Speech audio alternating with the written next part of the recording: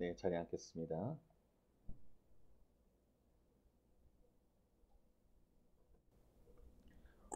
오늘 우리 주일의 말씀은 로마서 1장 18절로 25절 말씀입니다.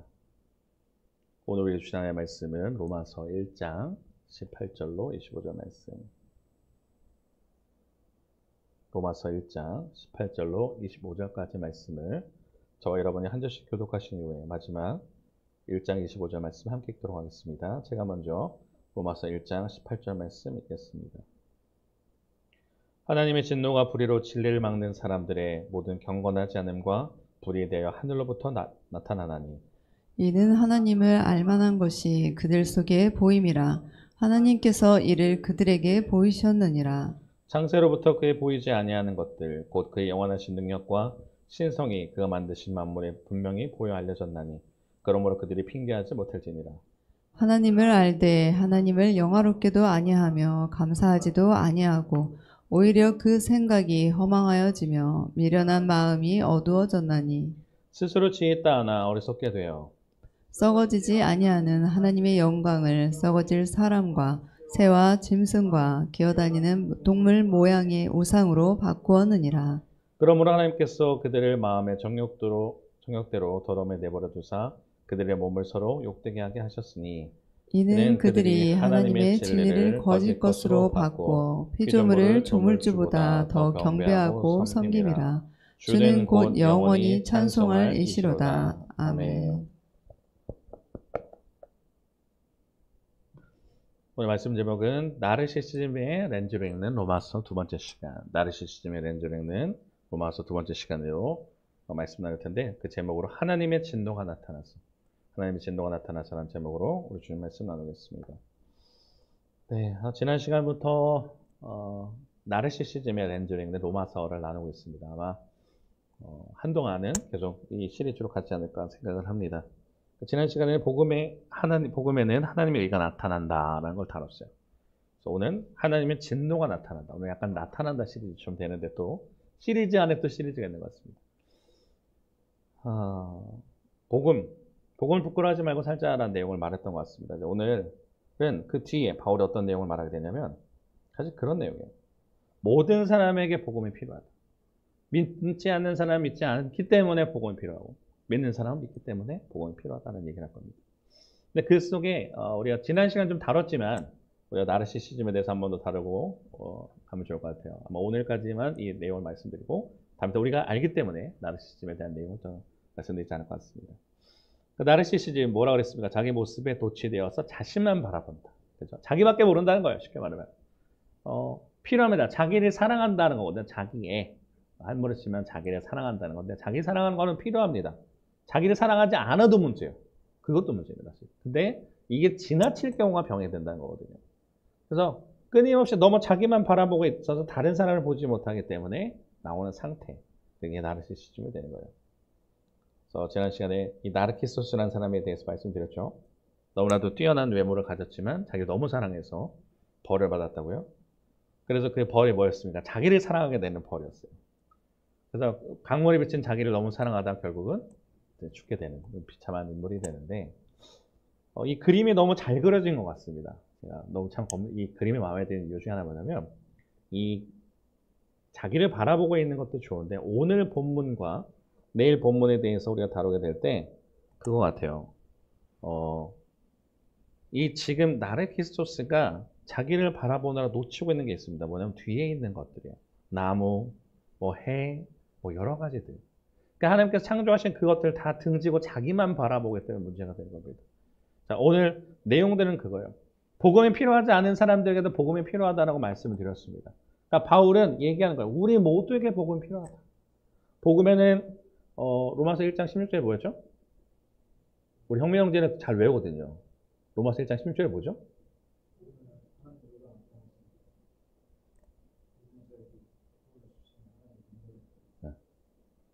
하나님 구원을 주신 하나님의 능력이 됨이라라는 게 1장 16절이에요. 그리고 먼저는 유대인에게고 그 다음에 헬라인에게 나옵니다. 이 얘기는 즉슨 아까 말씀드린 것처럼 우리에게는 다 필요해요. 복음이라는 게 뭐예요? 십자가 사건이거든요. 우리가 죽을 수밖에 없다는 거 다 알고 있어요. 그리고 하나님을 믿고 예수님을 정말 우리가 구주로 영접해야 되는데 정말 그러고 있을까? 오늘은 원래 사실 32절까지 다 다뤘어야 되는데 오늘 제가 시간상 우리가 그 발인 예배랑 장례가 있기 때문에 오늘 일찍 끝내야 돼서 오늘 25절까지만 끝났습니다. 오늘은 그 내용만 볼 거예요. 무신론자들. 하나님을 대해서 분명히 알 수 있게끔 다 해줬음에도 불구하고 의도적으로 믿지 않는 사람들 또는 자기 스스로 자기 자신에 대해서 믿지 않는 사람들에 대한 내용을 말할 겁니다. 근데 문제는 뭔지 아세요? 이단도 마찬가지예요. 우리 그런 생각하죠. 왜 하나님께서 이단들을 냅두실까? 그런 생각 해보신 적 없어요? 심판.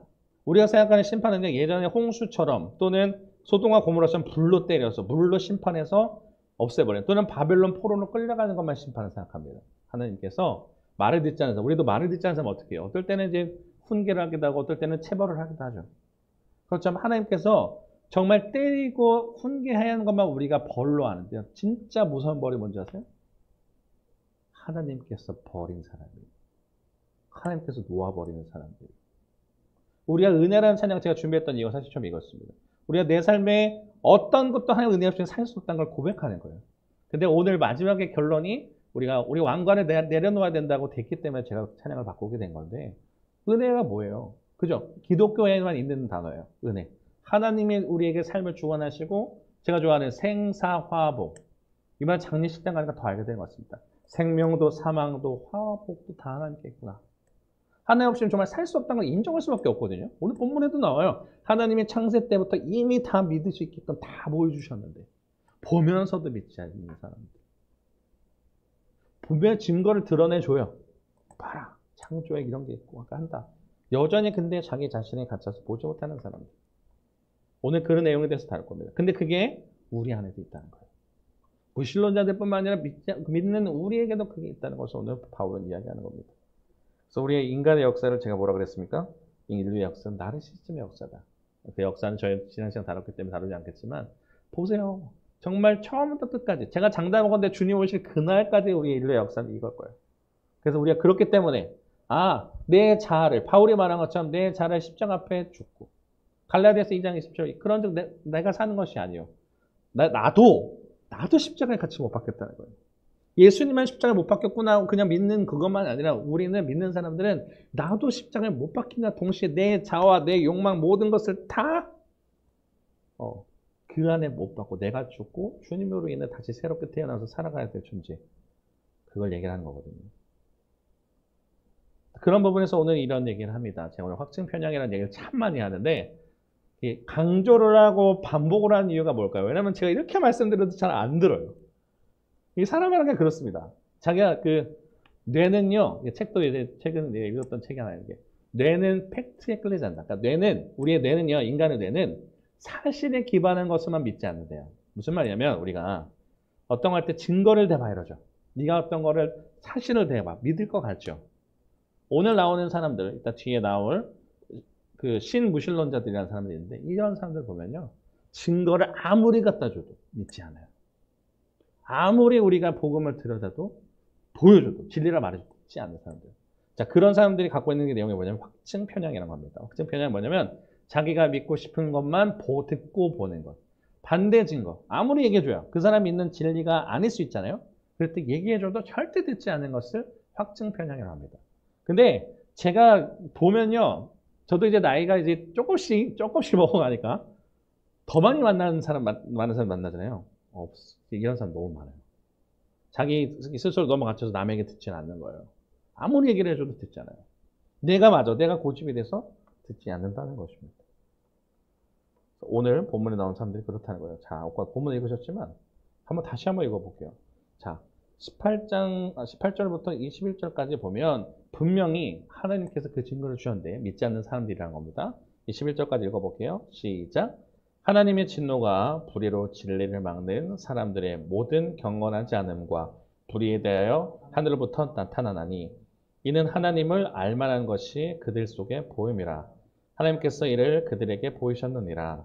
창세로부터 그에 보이지 아니하는 것들 곧 그의 영원하신 능력과 신성이 그가 만드신 만물에 분명히 보여 알려졌나니 그러므로 그들이 핑계하지 못할지니라. 하나님을 알되 하나님을 영화롭게도 아니하며 감사하지도 아니하고 오히려 그 생각이 허망하여지며 미련한 마음이 어두워졌나니. 아멘.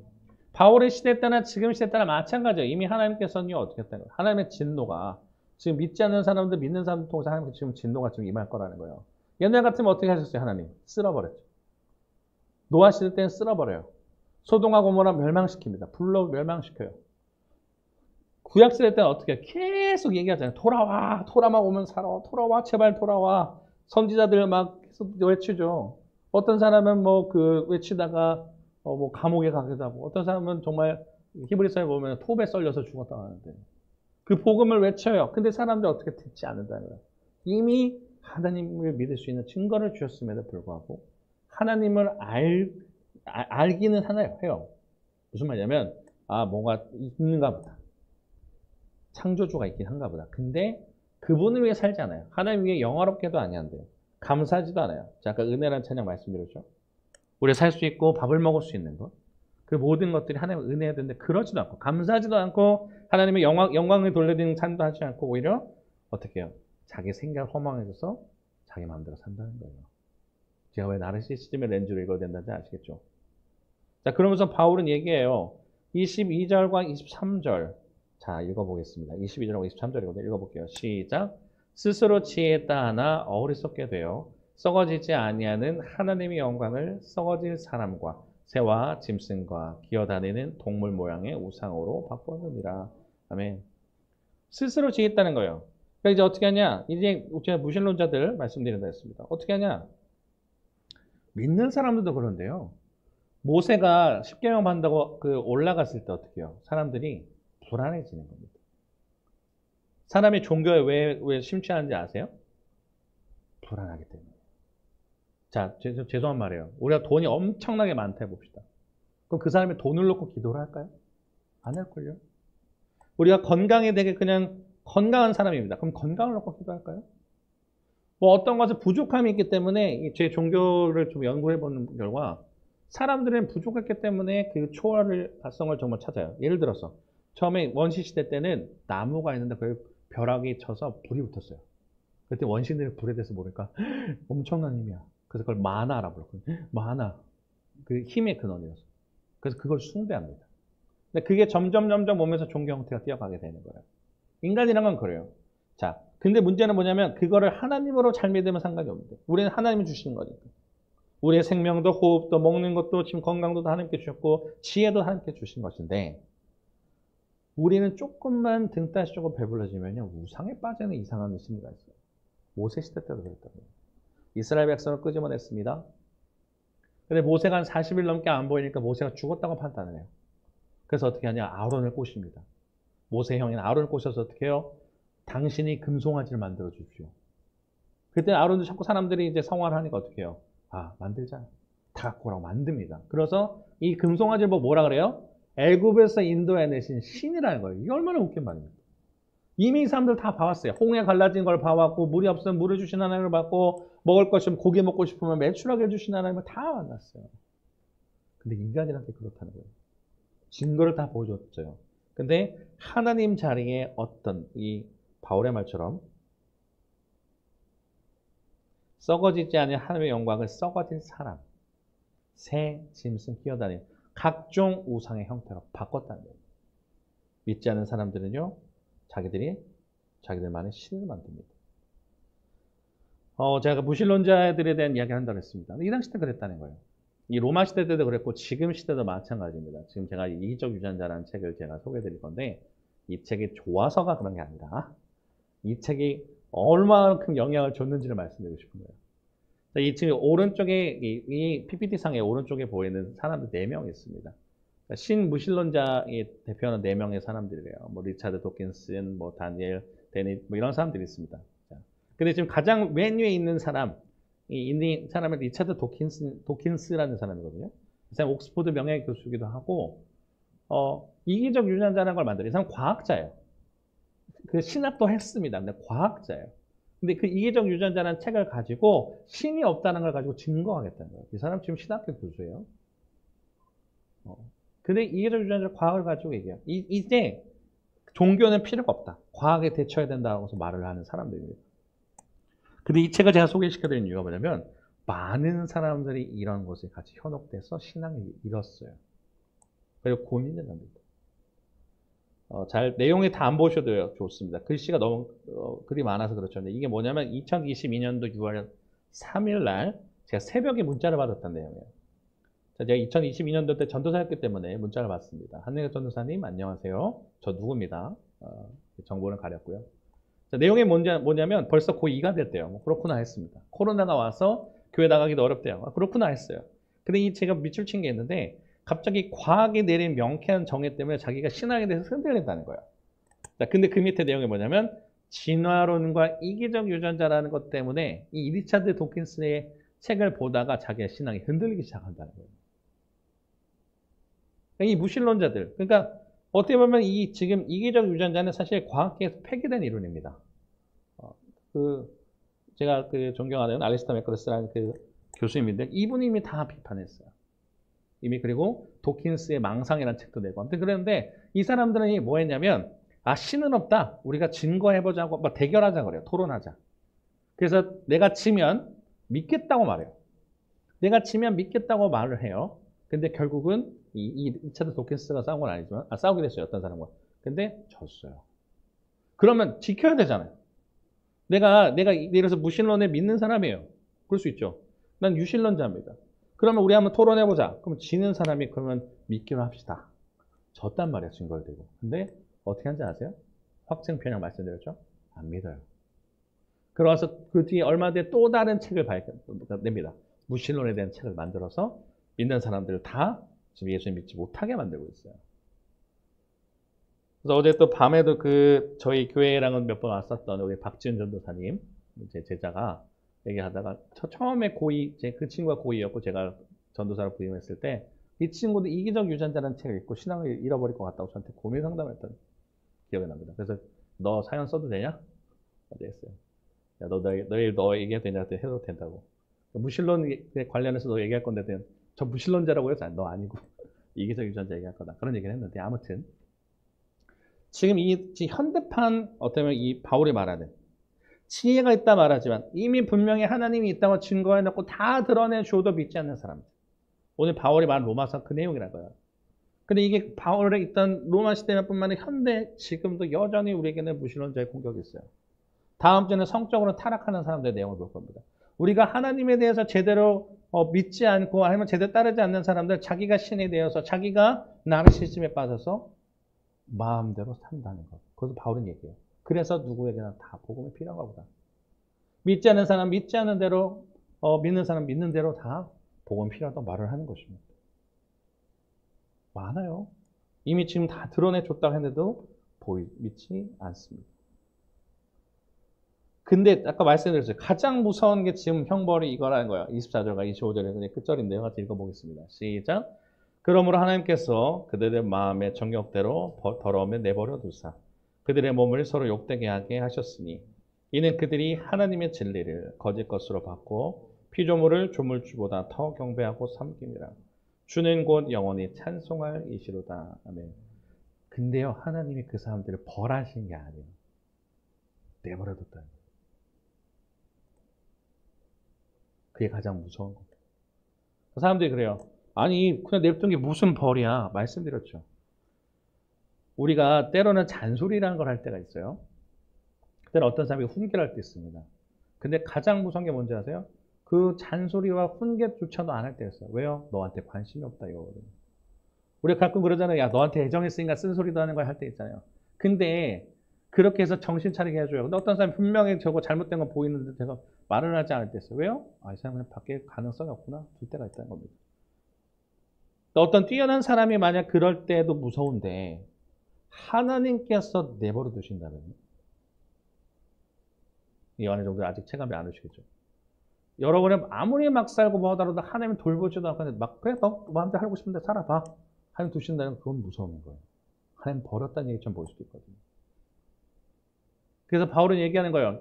너희가 지금 하나님의 진노를 한다면 당연히 믿을 사람처럼 보이지만 당장 지금 욕되게 하고 너희 마음대로 해봐 그런 거 있잖아요. 우리 예를 들어서 잘못하고 이럴 때 해봐 할 때 있어요. 지금 마치 이런 거예요. 하나님. 무신론자가 되고 막 자기가 아무리 뛰어난다고 자기가 모든 세상을 다 가진 것처럼 막 하는 사람들. 근데 하나님께서 그 사람들 둔다는 거예요. 이단 아까 말씀드렸죠. 이단들도 지금 하나님께서 그들을 좋아서 냅두시는 게 아니에요. 어쩌면 그들이 변화될 시간도 기다리고 계시지만 해봐 하는 거예요.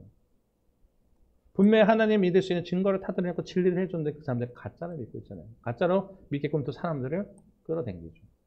근데 끝절에 얘기합니다. 그렇게 살지 말고 우리는 어떻게 하는 거예요? 25절에 주는 곧 영혼의 찬송을 이시로다. 주님을 믿어야 된다는 거예요. 근데 이 원동력이 다 뭐냐? 다 우리가 온전히 우리 인생의 주인이 됐기 때문입니다. 예수님은 어떻게 해요? 하나님께서는 내어줍니다. 지금 이 사람들을 그냥 죄악에 어떻게 보면 내어준 것처럼 보이는 거예요. 하나님께서. 근데 하나님은요, 그러면 계속 두시고 방관하신 하나님이 아니라는 거죠. 그 우리를 정말 살리시기 위해서 예수 그리스도를 내어주셨다는 거예요. 주셨다고요. 인생의 이 의자에 하나님이 주인이 되시고 해야 되는데 그 자리에 우리가 침범한 것, 우리가 높아지고 싶고 우리가 왕이 되고 싶었던 것을 십자가 사건, 그분은 내려놓으시고 했던 것처럼 우리가 그분과 함께 나아가야 된다. 그래서 우리 아까 찬양 불렀잖아요. 주의 옷자락 만지며 주의 두 발을 씻기며 주의 그 발에 입맞추고 나의 왕관을 놓는다. 인생을 내 삶의 주인대로 사는 것이 아니라 이제는 정말 주님과 함께 주님의 그 자리에 내 자리를 내 인생의 일자를 주님께 돌려드리는 것. 바울은 그래야 된다는 거예요. 무신론자는 무신론자대로 다음 주에 성적으로 타락하는 사람들, 또 다음 2장 때는 믿는 사람들, 다 제각기 지 마음대로 살아요. 그 속에 우리는 주님의 은혜가 필요하고 복음이 필요하다고 합니다. 자, 그러면서 로마서 4장 25절에 그렇게 얘기해요. 하나님께서 우리 그렇게 두시는 게 아니라, 버리시는 게 아니라 사랑으로 입히신다고, 그리고 우리를 살피신다고 말씀하십니다. 자, 로마서 4장 25절인데요. 한번 읽어볼게요. 시작. 예수는 우리가 범죄한 것 때문에 내 주민이 되고 또한 우리를 의롭다 하시기 위하여 살아나셨느니라. 아멘. 이런 자들, 무신론자는 무신론자대로, 또 뭐 성적으로 타락한 사람들, 성적으로 타락한 사람대로, 유대인들은 유대인대로 우리가 다 잘못된 길로 가기 때문에 범죄한 것 때문에 하나님께서 어떻게 하셨다는 거예요? 내어줬다고요. 좋다고요. 하나님이 우리한테 방관하신 게 아니라 주셨다는 거예요. 우리가 그걸 믿기만 하면 우리에게 살 수 있는 것이 된다 합니다. 이 이야기가 그냥 무신론자들만의 이야기가 아니라 생각합니다. 우리는 우리가 주인이 되어서 너무나도 살고 싶은 거예요. 내 마음대로 살고 싶은 건 그게 나르시시즘이었습니다. 근데 하나님 어떻게 해요? 그런 길로 갈 때 체벌하시는 하나님일 수도 있지만 두시는 하나님일 수도 있다는 거예요. 여러분, 그래서 오늘도 기도해야 돼요. 하나님, 하나님의 은혜 가운데 살게 해주세요. 나를 버리지 마시고 나를 붙들어 주시고 하나님 내 마음대로 아니라 하나님 뜻대로 살아가는 인생 되게 해주세요라고 살아가시면 저와 여러분 되길 바랍니다. 그렇게 살아가는 거예요. 믿음은 그냥 단순하게 하나님 앞에 나와서 기도하고 뭐 주세요만 구하는 게 아니라 온전히 하나님 앞에서 우리가 주님 뜻대로 살겠습니다 다짐하고 주님과 함께 동행하는 것. 그것이 진짜 복음이고 진리입니다. 한 주간 사실 때 하나님 나에게 진노하지 마시고 나를 버리지 마시고 주의 은혜 가운데 살아가는 것을 깨닫는 우리가 되게 해달라고 살아가시고 승리하시는 저와 여러분 되기를 주님의 이름으로 축원합니다. 하나님 감사합니다. 오늘도 복된 자리에 불러주시고 우리의 말씀 듣는 자리에 불러주시면 감사합니다. 하나님 우리가 무신론자는 무신론자대로 또 믿는 자는 믿는 자대로 하나님 우리가 하나님 앞에서 우리 마음대로 살 때가 많은 고백합니다. 우리 인생의 주 되시는 분은 주님이시고 그 의자에 주님 우리가 앉혀드려야 되는데 그 의자에 내가 주인 되었어. 내 마음대로 살고 내가 보고 싶은 대로만 살고 있는 삶을 살게 되는 것을 보게 됩니다. 이 시대가 계속 그렇게 타락하고 있고 우리도 그 속에 따라가게 되는데 주님 올바른 진리를 따라가는 저희들 되게 인도하여 주시고 정말 우리가 온전히 하나님 앞에서 썩어질 우상과 다른 것을 내 욕망을 따라 사는 것이 아니라 온전히 하나님과 함께 동행하고 나아가는 나도 그리스도와 함께 십자가에 못 박힘과 동시에 주님과 함께 나아가는 저희들 되게 인도하셔서 한 주간 살아갈 때 주님의 은혜 가운데 우리를 버리시고 내버려 두시는 하나님이 아니라 주님의 은혜를 붙잡으며 나아가는 저희들 되게 인도하셔서 하나님의 은혜 없이는 살 수 없구나를 다시 깨닫고 나아가는 저희들 될 수 있도록 역사해 주옵소서. 한 주간 더 승리하고 만날 걸 믿습니다. 예수님 이름으로 기도드렸습니다. 아멘.